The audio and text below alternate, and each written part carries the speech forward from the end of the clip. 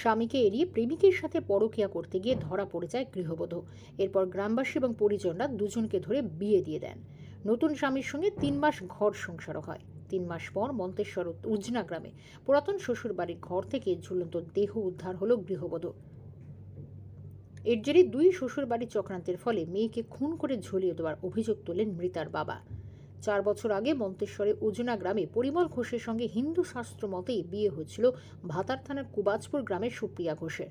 পরিমল ঘোষ কর্মসূত্রে বাইরে থাকায় সেই সুযোগে বাপের বাড়ি গ্রামের ইন্দ্রজিৎ ঘোষ নামে এক যুবকের সঙ্গে তার পরকীয়ার সম্পর্ক তৈরি হয়। প্রেমিক যুগলকে একসঙ্গে দেখে ফেলায় শ্বশুরবাড়ির লোকজন এবং গ্রামবাসীরা জোর করে ইন্দ্রজিতের সঙ্গে গৃহবধূর আবার বিয়ে দিয়ে দেয়। সুপ্রিয়া ঘোষ উজনা গ্রাম থেকে কোবাজপুর গ্রামে ইন্দ্রজিৎ ঘোষের বাড়িতেও চলে আসেন। 3 মাস ইন্দ্রজিতের সঙ্গে ঘর সংসার করার পর মেয়ের বাবার বক্তব্য, গত পরশু 4 চাকা গাড়ি করে প্রথম শ্বশুর বাড়িতে নিয়ে আসে ইন্দ্রজিৎ ঘোষ। এরপর মন্তেশ্বর থানা থেকে মেয়ের বাবাকে খবর দেওয়া হয়, আপনাদের মেয়ের মৃত্যু হয়েছে, মন্তেশ্বর থানায় দেহ রয়েছে। পুলিশ সূত্রে জানা গিয়েছে মেয়েকে ঝুলন্ত অবস্থায় উদ্ধার করা হয়েছে। এই ঘটনায় আসল রহস্য সমাধানে তদন্ত শুরু করেছে মন্তেশ্বর থানার পুলিশ। পূর্ব বর্ধমান থেকে সত্যনারায়ণ শিকদারের রিপোর্ট, ক্রাইম ব্রাঞ্চ। কীভাবে হলো ঠিক বলতে পারবো না, তবে আমার মেয়ের বিয়ে হয়েছিল উজনো গ্রামে। উজনো গ্রামে বছর 4 সংসার করার পর কুবাজপুর গ্রামে জয়দেব ঘোষের ছেলে ইন্দ্রজিৎ ঘোষের সাথে তার সম্পর্ক তৈরি হয়েছিল। তা উজনো গ্রাম থেকে তার সাথে আবার নতুন করে বিয়ে দিয়ে দিয়েছিল। তা সেখানেও আবার 2.5-3 মাস সংসার করছিল। তা এখন এই গত পরশু দিনে জানতে পারি যে ইন্দ্রজিৎ ঘোষের বাবা জয়দেব ঘোষ, ইন্দ্রজিৎ ঘোষ আরও 2-4 বন্ধু মিলে আমার মেয়েকে, আমার নাতনিকে গাড়ি করে নিয়ে কোথায় যেন গেল। তা কোথায় গেল সেটা আমাদেরকে বলেও নি, আমরা জানিও না। তা পরে শুনতে পেলাম যে ওরা নাকি আমার মেয়েকে উজনো গ্রামে পুরনো স্বামীর বাড়িতে ফেরত দিয়ে এসেছে। তারপরের দিন মন্তেশ্বর থানা থেকে আমাকে ফোন করে জানায় যে আপনার মেয়ে মারা গেছে, থানায় বডি আছে, আপনি এসে নিয়ে যান। তা এর মধ্যে ওই কুয়াজপুর গ্রামে জয়দেব ঘোষ, ইন্দ্রজিৎ ঘোষ, ওর বাবার বন্ধুরা মিলে বা পুরনো স্বামীর বাড়ির শ্বশুর স্বামী এরা মিলে চক্রান্ত করে হয়তো মেরে ফেলেছে নিয়ে গিয়ে।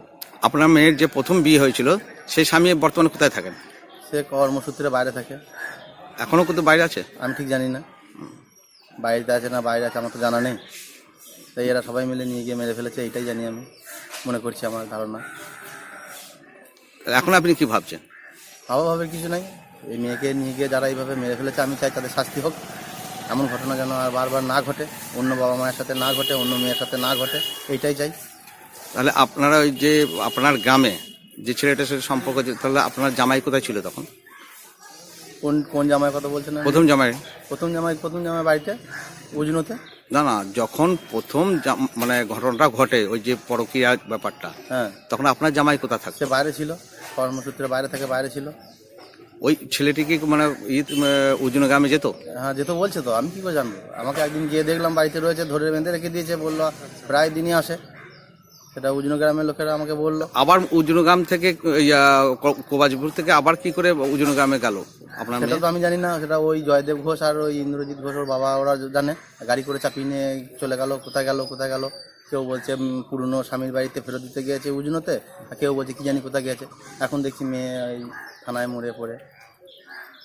তা মরে তো পড়ে নাই, ওরা নিজেরা মেরে দিয়েছে, ওই পুরনো শ্বশুরবাড়ির লোকেরা। আর এই এখনকার যে কুয়াজপুর গ্রামে যারা স্বামীর বাড়িতে ছিল, তারা দুজনা মিলে যুক্তি করে নিশ্চয়ই মেরে ফেলেছে, এটা আমার ধারণা। তা আমি চাই ওদের শাস্তি হোক।